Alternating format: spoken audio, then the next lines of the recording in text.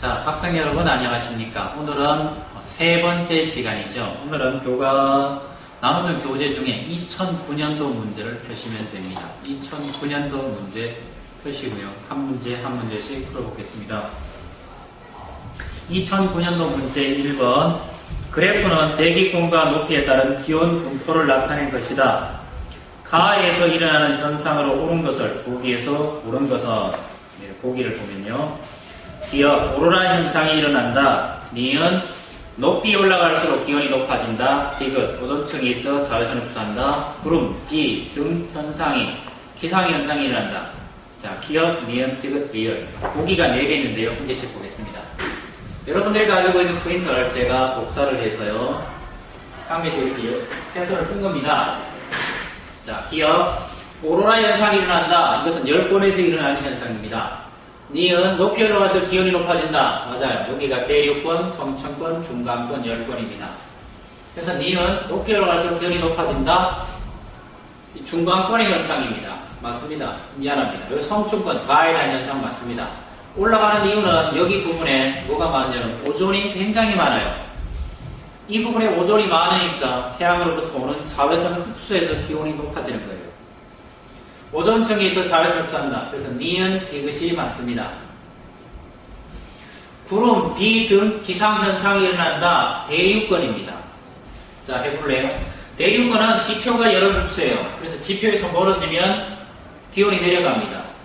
성층권에서는 위로 갈수록 기온이 높아집니다. 이유는 위쪽에 오존이 많아요. 이 위쪽에 오존이 많아요. 중간권은 에너지 흡수하는 게 없으니까 다시 쭉 낮아지고요. 열권에서는 다시 올라갑니다. 올라가는 이유는 전리가 됩니다. 그래서 전리층이라는 말로 씁니다. 전리가 되면 이온들이 흡수를 해요. 그래서 온도가 높아집니다. 온도로 치면 이 부분이 굉장히 높아요. 한 1700~1800도 되는 온도. 근데 그렇게 뜨겁지는 않아요. 자, 2번 문제 보겠습니다. 넘겼죠.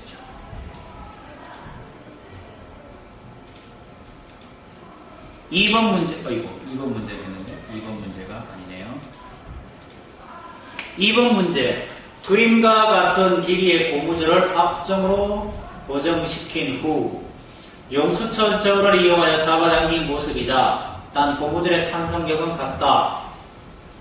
가 합정 8cm, 나 합정 5cm, 다 합정 3cm. 제일 많이 일어난 건 8cm, 5, 3입니다. 탄성력은 늘어난 길이에 비례합니다. 탄성력은 늘어난 길이에 비례합니다. 써놨죠? 탄성력은 늘어난 길이에 비례합니다. 그래서 1번이 뭐냐? 이게 1등, 2등, 3등입니다. 순서대로 가, 나, 다 찾으면 됩니다. 순서대로 가나다가 어디있죠? 가나다. 몇 번이 있나요? 네, 몇 번이라고요? 학생 여러분? 1번이죠. 잘 하셨어요. 2번이 2개네요. 그래서 제가 잘못 찍었고요. 3번 볼까요? 3번 문제 확대를 좀 보도록 하겠습니다. 상온에서 25도란 얘기죠. 다음과 같은 성질을 가지는 물질들로 옳게 짝지은 것은 분자간 인력이 거의 없다. 분자 배열이 매우 불규칙하다. 부피가 일정하지 않고 쉽게 압축된다. 이건 기체입니다. 분자간 인력이 거의 없습니다. 분자간 인력이 없다는 얘기는 기체는 분자 인력이 없으니까요. 뭐만 있습니까? 운동 에너지만 있습니다. 운동 에너지는 꼭 온도라고 제가 수업 시간에 가르쳐주고 있죠. 온도만 합니다. 그래서 기체가 뭐냐? 하시면 됩니다. 설탕 고체고의 양쪽 고체입니다. 설탕 고체고 산소 기체고요. 식초 소비는 이거 전부 액체입니다. 아니고요. 그래서 답이 4번 수소 산소가 기체입니다. 그래서 답이 몇 번 찾으시면 돼요? 4번 찾으시면 됩니다. 5번 문제 보겠습니다. 4번 문제죠. 그렇죠? 4번 문제 보면 그림은 양팔표 P세포와 입안의 상피세포를 아세트산 카민, 메틸렌 블루, 용액으로 각각 염색한 후 현미경으로 관찰한 것이다. 양팔표 P세포는 아세트산 카민, 붉게 됩니다. 메틸렌 블루, 말 그대로 블루, 푸른색으로 띱니다. 뭐 둘 다 하셔도 돼요. 그게 지장은 없습니다. 이에 대한 설명으로 옳은 것만 보기 찾아라. 옳은 게 뭐냐라고 하죠. A, 둘 다 뭡니까? 아세트산 카민이나 메틸렌 부분은 전부 염색약인데요. 무엇을 염색합니까? 핵을 염색합니다. 그래서 답은 핵이에요. 핵. 진하게 염색된 A는 핵입니다. 맞습니다. 식물세포는 세포벽 때문에 격자 모양을 이루고 있습니다. 식물세포는 세포벽 때문에 격자 모양을 가지고 있어요. 벌집 같은 모양을 가지고 있습니다. 동물세포는 세포벽이 없어요. 그래서 그냥 둥글둥글합니다. 그냥 뭐 고구마 같기도 해요. 그래서 답이 기역, 니은 찾으면 됩니다. 진하게 염색된 A는 핵이다. 맞습니다. 관찰한 두 종의 세포 모양은 서로 다르다. 당연히 다르다. 식물세포는 벌집같이 되어 있다고 그랬죠. 입안의 상표세포는 규칙적입니까? 아닙니다. 불규칙적으로 되어 있습니다. 그래서 답이 기역, 니은이 답이니까 기역, 니은을 거기서 고르시면 4번의 정답은 2번이 되죠.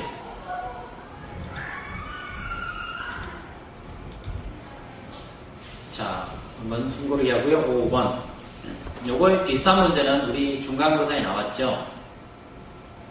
책상에 놓인 상자를 그림과 같이 잡아당겼다. 중간고사에서는 책상 위에 담긴 물체를 미는 거였죠. 책상 같은 거 미는 거였죠. 잡아당겼습니다. 잡아당기면 손은 오른쪽으로 잡아당기고 있죠. 잡아당기는 것과 반대 방향, 이 F 방향으로 뭐가 있습니까? 무슨 힘요? 마찰력이 있죠. 운동을 방해하는 힘 F의 종류가 뭐냐? 운동을 방해한다. 마찰력의 정의입니다.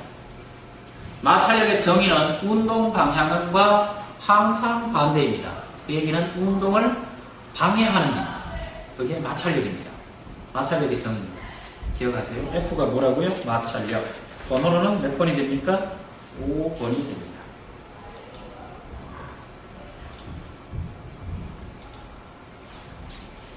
6번.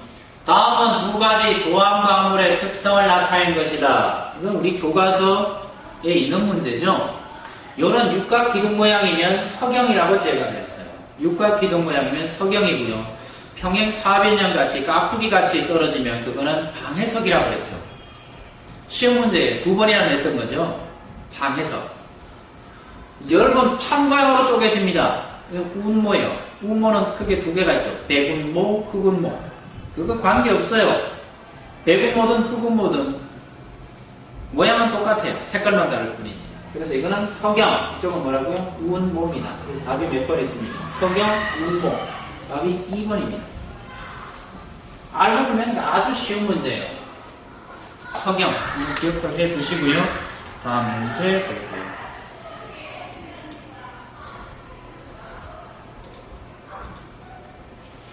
다음과 같은 특징을 지닌 암석은 층린이 나타나거나 화석이 발견되기도 한다. 요거는 제가 수업 시간에 퇴적암 그러면서 화석 그랬죠. 퇴적암 속에는 뭐가 있다고요? 화석.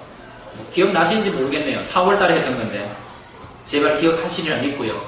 퇴적암 그러면 화석 층리입니다. 퇴적암 찾으시면 돼요. 퇴적암은 크기에 따라서 어떻게 나눠요? 입자의 크기에 따라서 쉐일, 사암, 여감 만듭니다. 쉐일은 굉장히 고운 점토질, 진흙 같은 것들이고요. 사암은 말 그대로 모래, 여감은 거친 자갈 같은 게 기억나겠죠. 그리고 음해암은 화산재지만 쌓인 거니까 이것도 역시 퇴적암입니다. 그래서 찾으시면 뭡니까? 쉐일 1번에 있어요. 편암, 대리암, 대리암은 이거는 변성암입니다. 현무암, 화강암, 이거는 화성암입니다. 그래서 답 찾으시면 몇 번 됩니까? 1번. 꼭 기억해 두세요. 퇴적암 그러시면 여러분이 기억할 게 2가지입니다. 화석, 층립입니다. 퇴적암을 어떻게 구분합니까? 입자의 크기 가지고 구분합니다. 쉐일, 사암, 여감. 자, 또 다음 볼게요. 8번 보겠습니다. 자, 요거는 지난번 시간에도 했던 건데요. 지난번 시간에 한 거고요. 굉장히 중요합니다. 굉장히 이 내용도 중요하지만 이쪽에 나온 내용 제가 정리한 것도 굉장히 중요하니까 한번 봐주십시다. 다음은 어떤 영양소에 대해 탐구한 내용의 일부이다. 조사 내용 1번 3대 영양소에 속한다. 2번 아미노산으로 분해된다. 3번 세포를 구성하는 주성분이다. 4번 많이 들어있는 음식은 콩, 달걀, 쇠고기 등 이렇게 되어 있고요. 실험 결과가 뭐합니까? 5% 수산한 나트륨 종에 더하기 1% 황산구리 그리고 달걀 흰자를 넣습니다. 두 개를 넣고 흔들면 잠시 뒤에 보라색으로 됩니다. 이거 단백질 반응입니다. 뭐라고요? 이게 단백질 반응입니다. 이 반응을 단백질 반응입니다. 답은 2번입니다. 답은 2번인데요. 요건 우리 교과서에 없습니다. 한번 써두시기 바랍니다.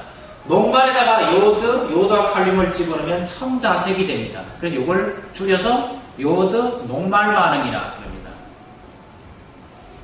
청자색이라고 해서 청색이면서 자색을 띠니까 조금 말이 이상하죠. 그냥 시커먼색 그래도 돼요. 또는 갈색 그래도 됩니다. 구별하기 좀 힘들어요. 청자색. 지방에다가 수단용액 집어넣으면 선홍색이 됩니다. 아주 발그레한 붉은색이 나옵니다. 아주 예쁜 색입니다.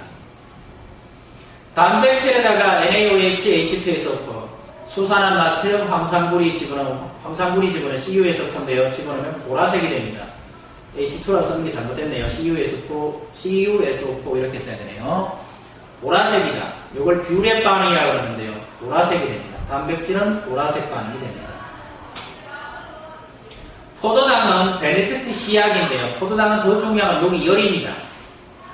포도당에다가 아무리 베네딕트 시약을 집어넣어도 반응을 안 해요. 이게 안정된 물질이라서요. 열을 좀 집어넣고 가열하면 황갈색으로 바뀝니다. 황색도 아니고 갈색도 아닌 황갈색으로 바뀌면서 포도당 반응이 나옵니다. 그래서 포도당 반응을 베네딕트 반응, 단백질을 가지고 수당 반응 이렇게 부릅니다. 틀려요. 단백질을 가지고 이걸 뷰렛 반응이라고 그러죠. 수단 반응은 지방에서 합니다. 그래서 여러분들이 한 번씩 써두시고요. 외우시기 바랍니다. 색깔을 외우세요. 녹말은 청자색, 지방은 선홍색, 단백질은 보라색, 포도당은 황갈색. 이 색을 좀 외워주세요. 중학교 1학년 수준에서 물어볼 때는 저 색을 물어보지 어떤 시약을 넣느냐 이거는 안 물어봅니다. 한 번씩 써보시기 바랍니다.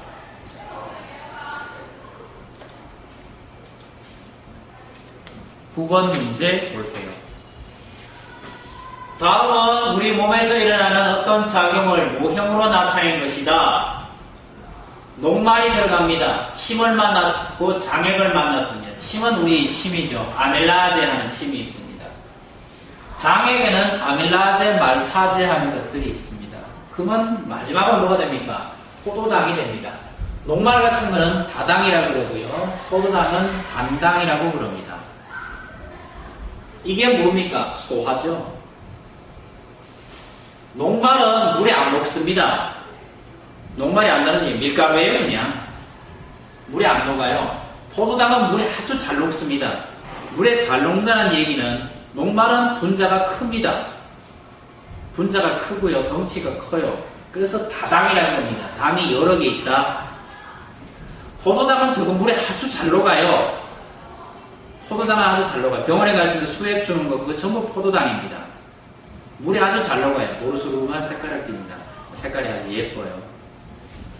물에 잘 녹는다는 얘기는 포도당은 작다는 얘기입니다. 작은 데서 단당, 당이 몇 개 있다고요? 한 개 있는 겁니다.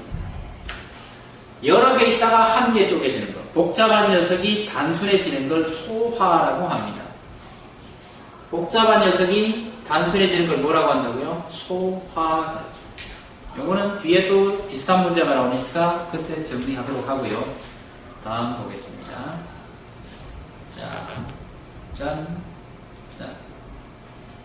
자, 요거는 여기는 여러분들이 조금 했으니까 힘들게 했으니까 요거 좀 적어 놓을까요? 자, 적어 놓읍시다. 표는 해수 1000g 속에 들어있는 염료의 양을 나타낸 것이다. 이게 뭐냐? 동해는 1000g 속에 25.65g, 황해는 24.10g, 77.7, 77.7. 가는 게 뭡니까? 이게 염화나트륨이에요. 염화나트륨, 순물이 말하면 소금이죠. 동해든 황해든 염화나트륨 비율은 77.7, 황해는 똑같고요. 마그네슘도 똑같습니다. 비율은 똑같아요. 하지만 염분은 다릅니다. 동해는 33g, 즉 소금물 1000g 속에 염분이 33g 있다는 얘기입니다. 그래서 33프로밀g입니다. 해수 1000g에 포함된 양이 31g. 어디가요? 황해가. 황해가 덜 짭니다.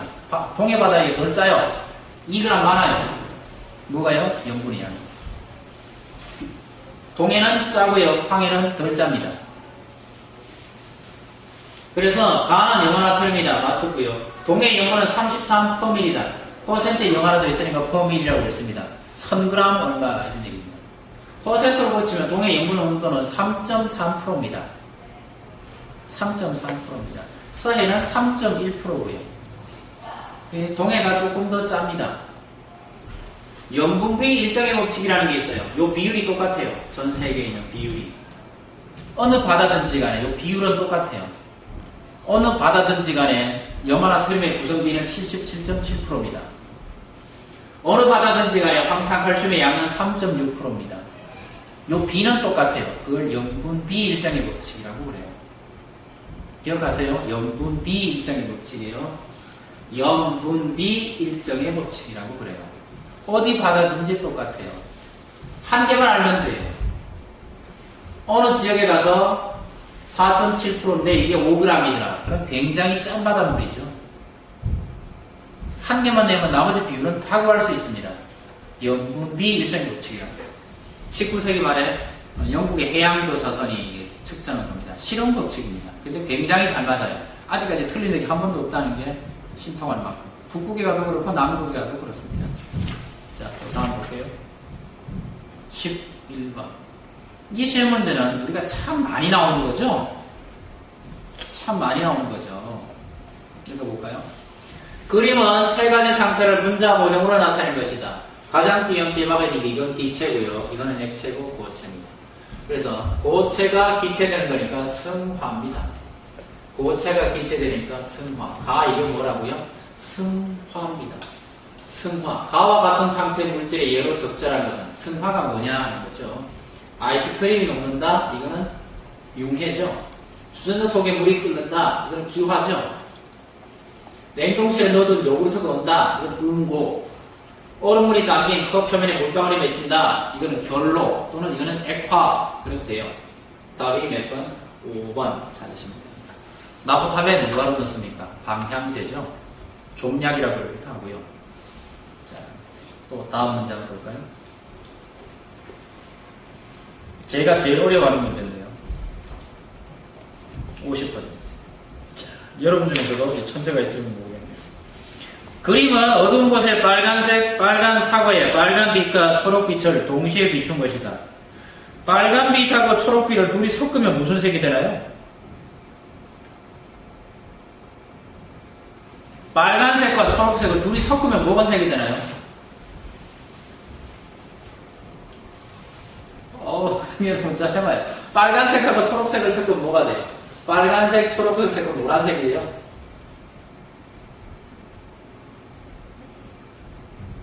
자, 생각 잘 해보세요. 색에는 3원색이 있어요. RGB. 지난번 시간에 제가 냈죠. R이 뭐죠? Red, Green, B가 뭐죠? Blue, RGB죠. 그 세 개를 섞어가지고 모든 색을 만들어낸다라고 그랬죠. 빨간색하고 초록빛 색이 둘이 1대1입니다. 비율이 똑같으면 섞이는 부분은 노란색이 됩니다. 빨간 사과에다 노란색 비치면 빨갛다는 얘기는 빨간색을 반사시키는 겁니다. 빨갛다는 얘기는 빨간색을 반사시키는 거예요. 기억하세요. 빨갛게 보인다는 얘기는 모든 빨주노초 파남보 중에서요. 빛에는 7가지 얘기했죠. 빨주노초 파남보 중에서 빨간색만 반사를 시키니까 그게 빨갛게 보이는 거예요.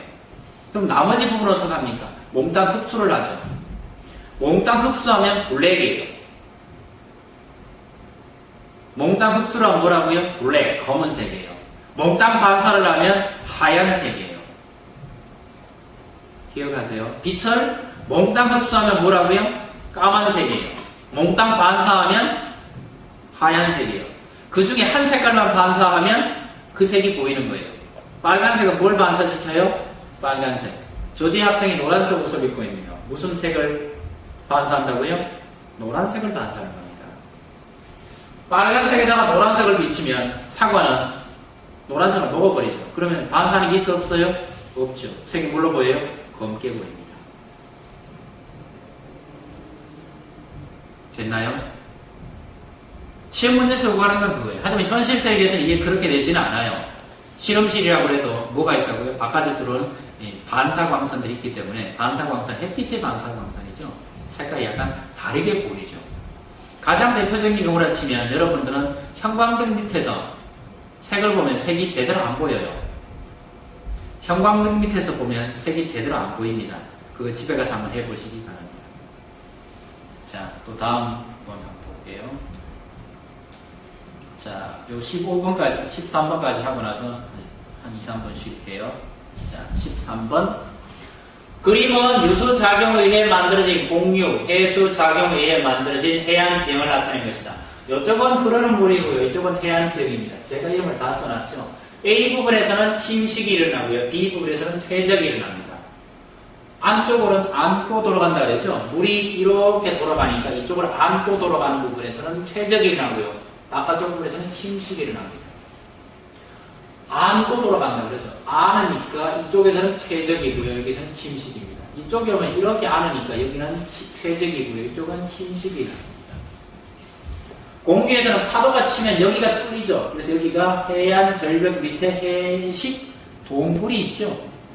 여기도 침식적이에요. 여기 파식대지. 여기서 끌려가는 게 밑으로 내려간다 그래서 퇴적대지. 퇴적대지. 동해안에 가면 이런 데가 많아요. 침식작용이 활발한 곳을 올바르게 짝져라. 침식작용은 바깥쪽이라고 했죠. 안은 이 부분이 아니고 바깥쪽 침식 A와 C를 찾으면 돼요. 그래서 답이 뭐라고요? A와 C를 찾으시면 됩니다. 자, 13번까지 했고요. 자, 잠시 쉬었다가 잠시 화장실 갔다가 볼일 보시고요. 한 20분 하신 것 같은데 잠시 쉬었다가 잠시 뒤에 다시 할게요. 자, 고생하셨습니다.